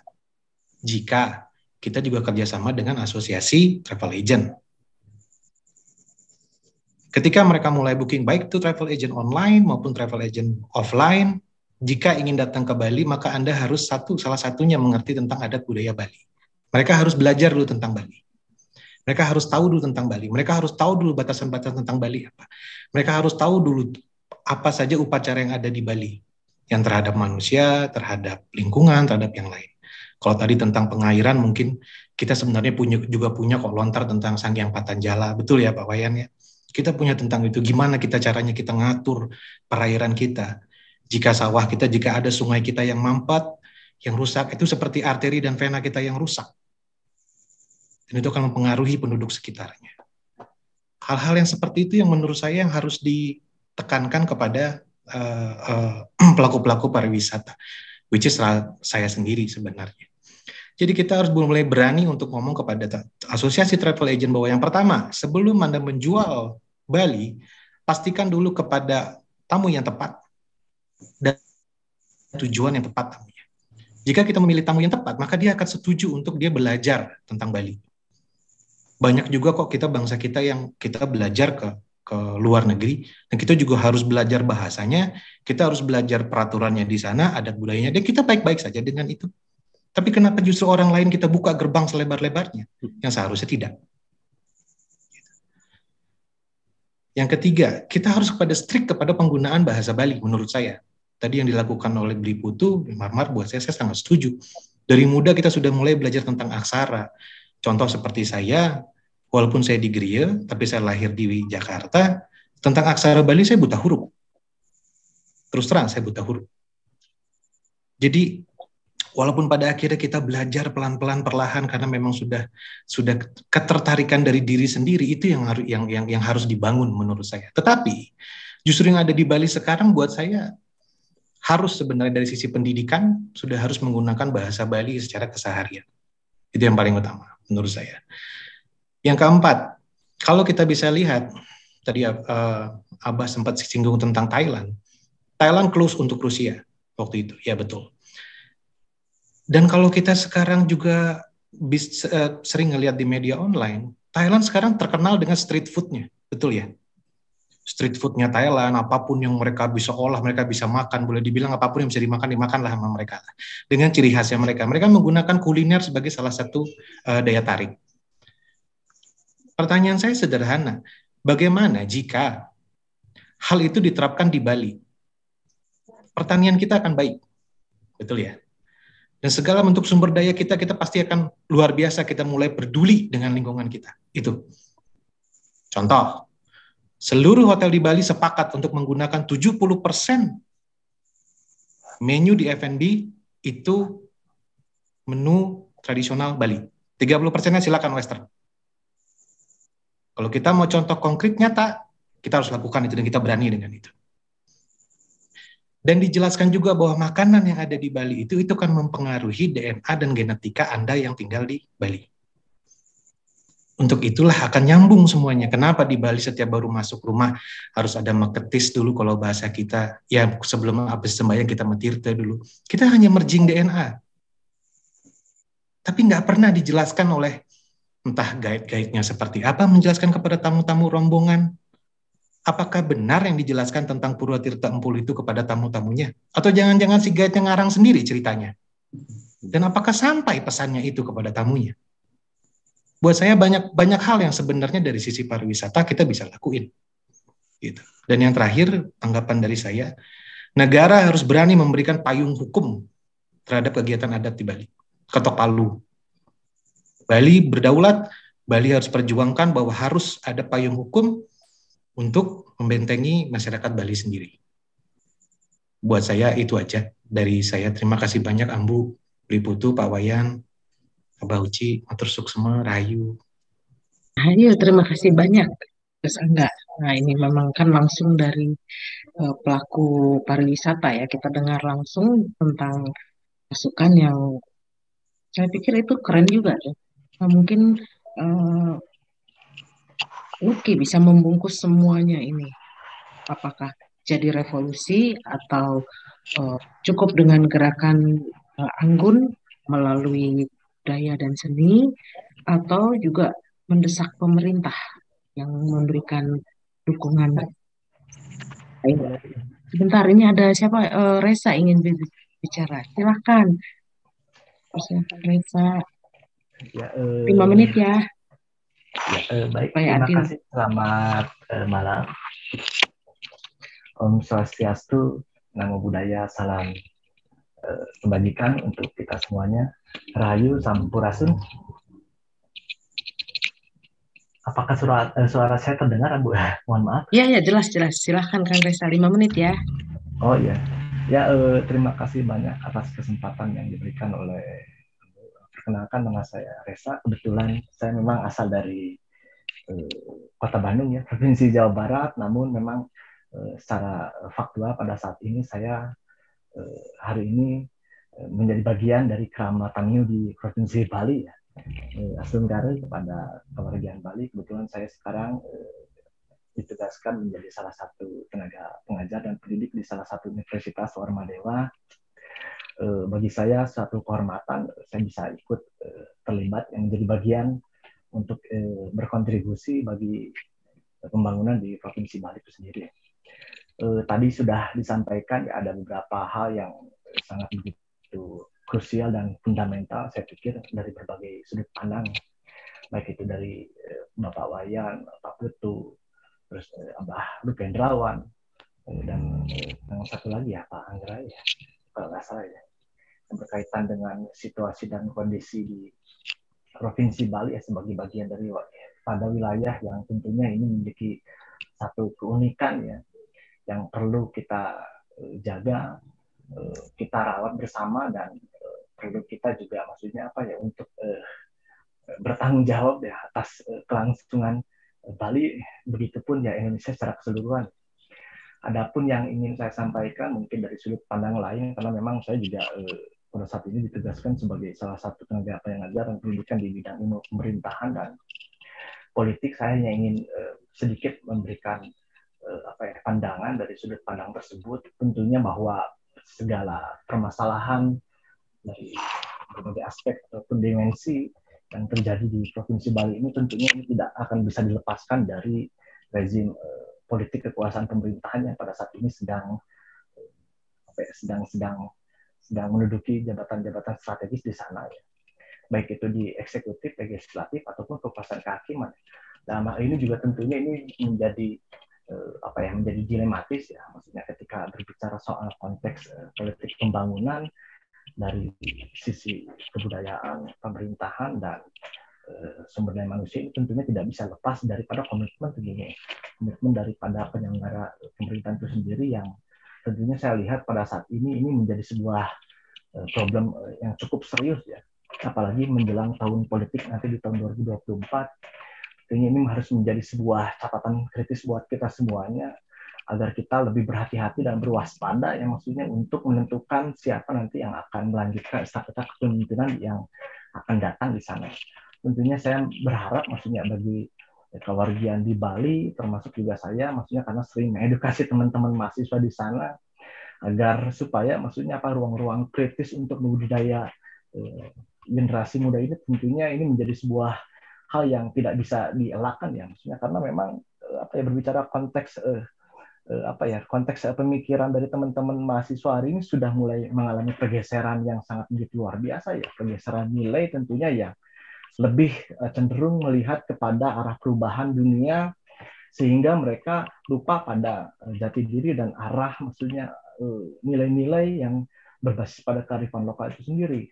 Sehingga ini menjadi sebuah dilema pada hari ini. Saya harap maksudnya nanti ke depan ruang-ruang studi ini perlu digerakkan lagi, lebih ditingkatkan lagi, sehingga nilai-nilai pemerintahan dan politik kekuasaan ini tentunya bisa berorientasi kepada berorientasi kepada kemajuan di Bali, yang tentunya Bali ini kan jelas, ya, maksudnya, ya, berbicara konsep maksudnya pariwisata ini menjadi sebuah salah satu permasalahan pada saat ini. Padahal Bali itu sendiri sudah memiliki konsep mengenai ekowisata, gitu. Wisata berbasis lingkungan dan alam. Namun pada faktanya ternyata, ya, demikian tadi, maksudnya berbagai persoalan apabila misalkan tidak adanya misalkan kader-kader muda yang mengisi di ruang-ruang pemerintahan yang dipersiapkan oleh para maksudnya leluhur, misalkan kesepuhan di sana. Saya pikir ini akan menjadi sebuah simalakama nanti untuk di kemudian hari, sehingga maksudnya diperlukan maksudnya suatu terobosan baru, agar supaya maksudnya, ya, tentunya ini menjadi salah satu tugas para pemangku kebijakan yang ada di desa-desa adat, karena itu tadi maksudnya, ya, menjadi penyangga, menjadi tiangnya itu perlu adanya upaya yang dilakukan untuk melakukan pembinaan bagi generasi mudanya, ya. Sehingga ke depan, ya, maksudnya diharapkan generasi muda yang akan datang ini bisa melanjutkan estafeta, namun membawa nilai. Karena yang saya khawatirkan nanti ketika maksudnya generasi muda yang akan mengisi ruang-ruang pemerintahan dan politik kebijakan ini malah tergerus oleh nilai-nilai yang tentunya hanya menguntungkan diri pribadi, gitu. Saya lihat maksudnya pada saat ini tahun politik ini malah menjadikan sebagai, ya, sebagai panggung hanya untuk maksudnya mendapatkan kekuasaan, tapi tanpa melihat dari sisi-sisi tadi, maksudnya permasalahan yang cukup fundamental yang terjadi di Bali. Salah satunya, ya, terkait pengendalian pemanfaatan ruang. Gitu. Pemanfaatan ruang ini kan tentunya menjadi salah satu aspek yang sangat begitu penting, harus diperhatikan. Manusia maksudnya tidak akan bisa hidup di dalam ruang-ruang maksudnya tanah dan airnya apabila itu tadi maksudnya kebijakan pembangunannya tidak berpihak kepada, yaitu tadi nilai-nilai yang berakar dari kembalian itu sendiri, gitu. Sehingga menjadi harapan saya, ya, maksudnya sebagai keramat Tamiyu di Bali, mudah-mudahan nanti ke depan saya bisa ikut berkolaborasi dengan para kesepuhan di sana untuk serta memberikan kontribusi pemikiran dan pandangan kembali untuk memformat, ya, secara garis besar seperti apa maksudnya gerakan yang harus kita lakukan bersama, karena memang perlu adanya suatu gerakan yang cukup konkret. Baik, Kang Resa, terima kasih. Kami sudah menangkap arah pemasukannya, ya. Betul, itu semua yang sudah saya sampaikan. Saya kira memang kita juga semua paham ke sana. Nah, ini pembicara terakhir, Pak Luki mungkin bisa memberikan solusi yang menghubungkan antara masukan dari pemirsa, pendengar, kemudian juga para pembicara. Mungkin ada satu solusi yang mau ditawarkan, yang bisa ditawarkan oleh Pak Luki. Silakan.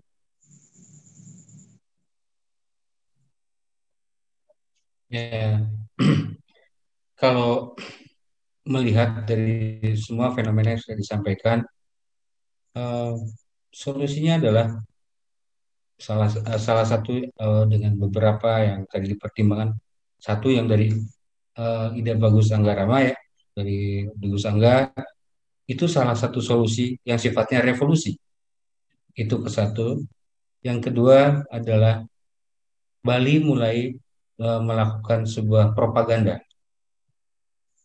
Jadi propaganda ini ditujukan kepada para wisatawan dimanapun dan diterapkannya di Bali. Misalnya ini bahasa premannya lah. Anda sopan, Anda nyaman. Tidak sopan, Anda saya usir. Gitu.